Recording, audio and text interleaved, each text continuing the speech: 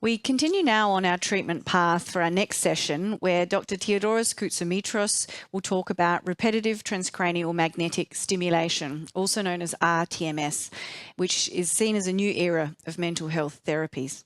We welcome Theodoros to the Congress today from Greece, where he is a consultant psychiatrist-psychotherapist with specialist qualifications from the UK, Greece, the Netherlands and the USA.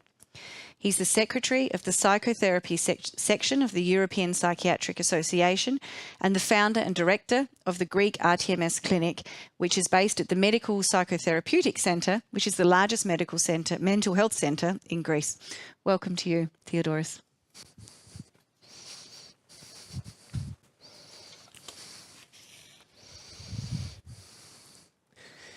Dear audience, thank you for joining our European Patients Alliance Against Depression on a Saturday evening.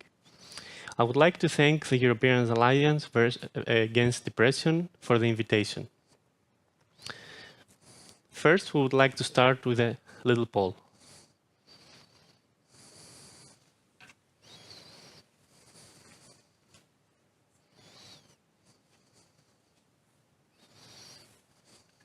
Do you have the poll? Yeah.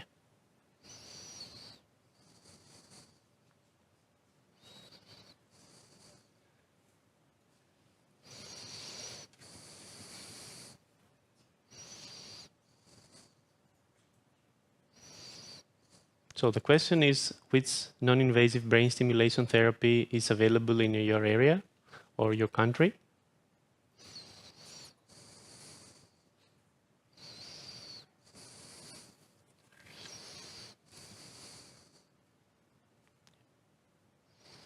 We'll give a few seconds.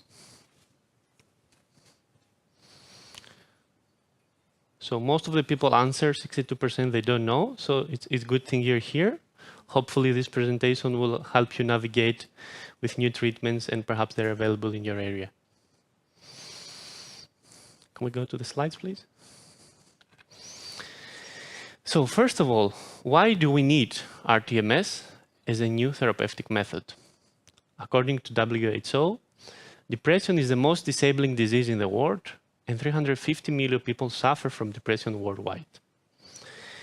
As Professor Corrado earlier said, antidepressant does not work in many patients, in many cases 1/3 of the patients. And on top of that, around 10% of the patients stop antidepressants due to the side effects as mentioned earlier by Professor Corrado. But as you can see, the doctor in the comic said there's some good news. TMS is here and can be an alternative to antidepressants. So what is rTMS? TMS is a non-invasive medical treatment. The TMS coil creates a changing electric field, as you can see in the photo. The person in the church is a colleague from Harvard University during my training there. It's not a patient, that's why we can share the photo. So this, in turn, induces a magnetic field that passes the skull without a pain. The magnetic field, again, induces a changing electric field in the brain, which leads to the stimulation of the neurons. This locally applied electricity brings the therapeutic results in the treatment of depression and other neuropsychiatric disorders, and we will see in the next slides.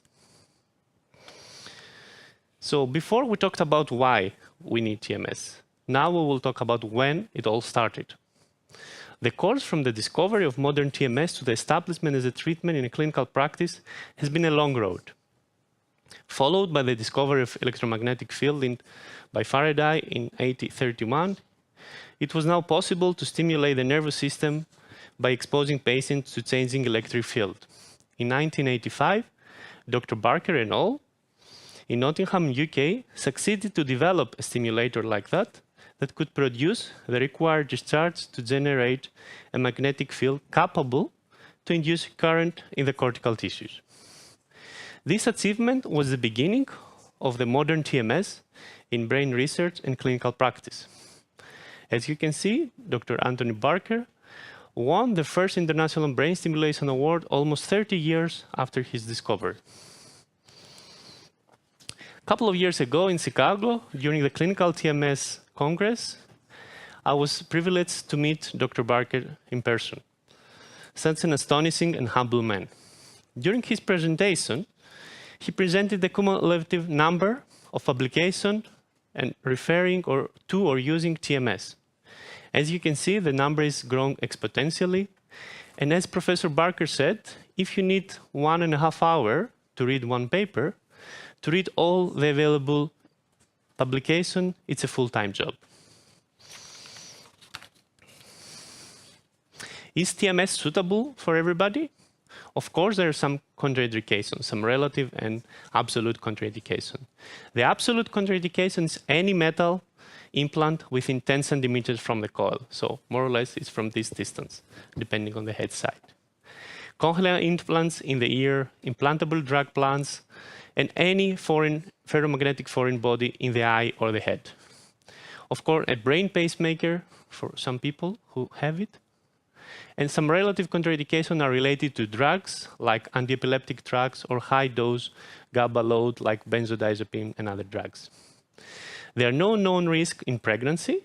In fact, there is an ongoing study from Clinical TMS Society about safety in pregnancy, and so far the results are very, very promising.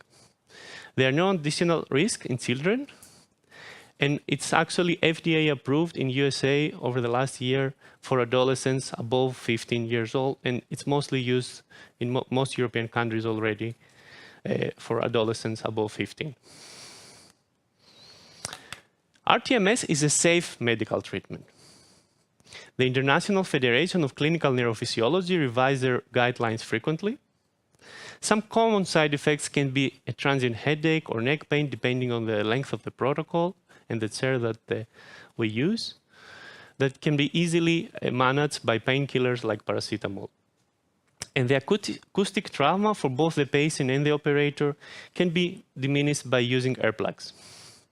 Some very rare side effects are seizure, syncope, dental pain, and hypomanic episode for people who had bipolar disorder.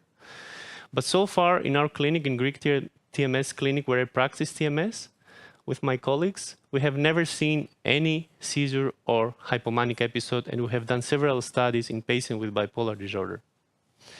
The seizure risk, if you count that each patient do around 20 to 30 sessions, is 0.1%. That's actually lower than most of the antidepressant medication. Here you can see some indication of TMS in psychiatry. As you will see later, the first FDA approval was in 2008 in the United States, and since then the number of studies and evidence has grown exponentially. So TMS is now approved for depression, unipolar or bipolar, postpartum or peripartum, for obsessive compulsive disorder, for some drugs like cocaine, methamphetamine, for nicotine addiction, for smoking cessation, for some comorbid anxiety disorder related with depression. And there are several studies about auditory hallucination, schizophrenia, eating disorder, PTSD, Alzheimer's disease, that we will see in the next slide, and many others. So briefly, I would like to say some future indication of TMS in neurology, like Parkinson's disease, dystonia, essential tremor, Tourette's syndrome, motor stroke, any type of aphasia, Broca, and dementia, as I said earlier. It's not approved yet for this condition, but we're very hopeful that within the next few years it will be approved for most of them. There are various studies and research across the world with very, very positive results. So far, it is approved for the migraine and pain and fibromyalgia. As Professor Ulrich says, it's a controversial diagnosis, but it's very usually correlated with depression. So TMS is not a single therapy. It's a series of treatments. Each treatment, depending on the protocol, lasts from 3 to 37 minutes. And also the frequency can vary. Usually, we used to do in the past 5 sessions per week, but that also may vary depending on the protocol.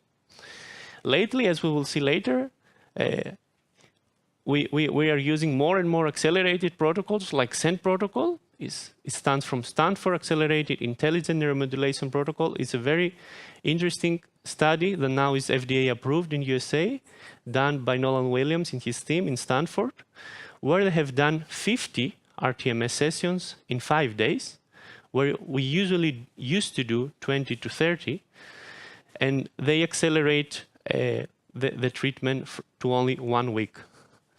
So as you can see, the results are absolutely miraculous, 90% remission rate.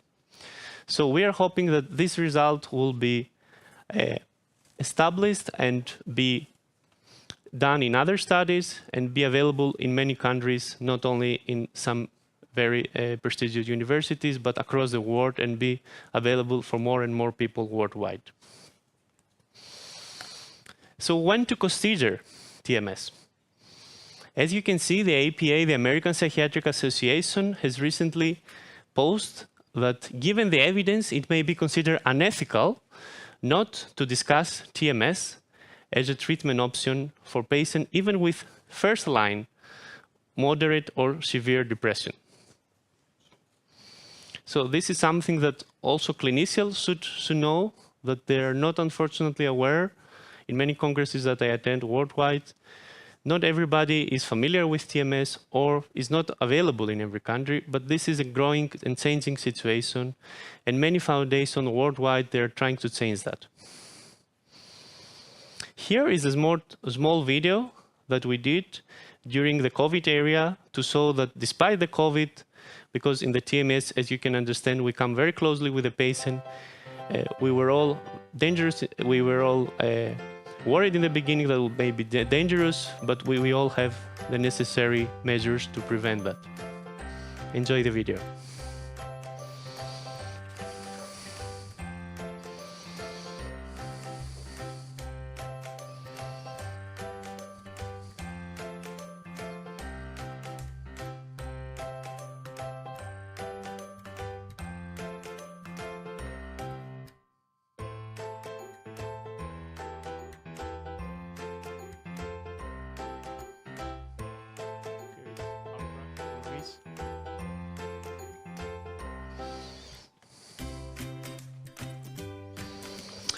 So at this point, I would like to share a story about my personal trip with TMS. I have first heard about TMS over a decade ago at the Congress of Royal College of Psychiatry when I was a trainee in London, when I met Dr. Andy Zamar, the founder and director of London Psychiatric Centre, the first centre who introduced TMS in UK. Since then, Andy has been my mentor, my friend, and he inspired me to create the Greek rTMS clinic in Thessaloniki. And due to his inspiration I'm here today to talk about my experience with TMS. So after my personal trip in time, I would like to travel again with you in time, but this time in the future. So what will be the future of TMS show us?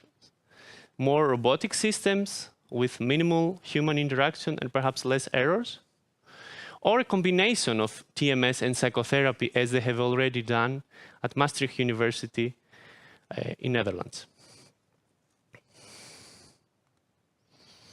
Here are some take-home messages that you would like to summarize from this talk. So TMS works by producing magnetic pulses, therefore is very safe, even for pregnancy. Each session lasts from 3 minutes to 37 minutes, depending on the protocol. It's painless. It does not require anesthesia like ECT. There are no serious side effects. It can be combined with medication if needed, and psychotherapy, of course. And it's an approved treatment for depression, comorbid anxiety, OCD, several addictions in Australia, America, Europe, and some Asian countries. I would like to acknowledge my colleagues across the world who helped me at several aspects of this presentation, from Brazil, Cyprus, Denmark, of course our center in Greece, my professor in Netherlands, Professor Sack and Suman, the London Psychiatric Centre, as I mentioned earlier, the USA where I trained in Harvard, and of course the Society of Global Mapping and Therapeutics, who is constantly supporting us. And hope to see you all soon, and to answer all the questions. If not, please do not hesitate to contact me through email there or visit our website for more information. Thank you very much. Thank you so much, Theodoros, for that presentation. If you'd like to come and join me, then we can go to some questions from the audience. While we wait for those to pop up, I've got a question. In one study, you talked about success of a 90% remission rate. Is there any data yet about how long that remission period then lasted for those patients? This is actually something we're looking for. That's why I said more results, more studies like that need to be done. And because that was done very recently. Right. So it's only approved last year. So there are some logistics about whether we can use that treatment because it needed a navigated TMS that not every sender has. For example, our sender in Greece have navigation, but it's not the case in most countries and most centers. And also need some sophisticated fMRI that are not available in every country. But hopefully next year we will overcome these obstacles and it will be more and more available and we'll have more results. So we are also trying to do some studies about relapse with different techniques, like some follow-up TMS or even TDCS, as I mentioned, as a maintenance treatment after the acute treatment. Okay, thank you.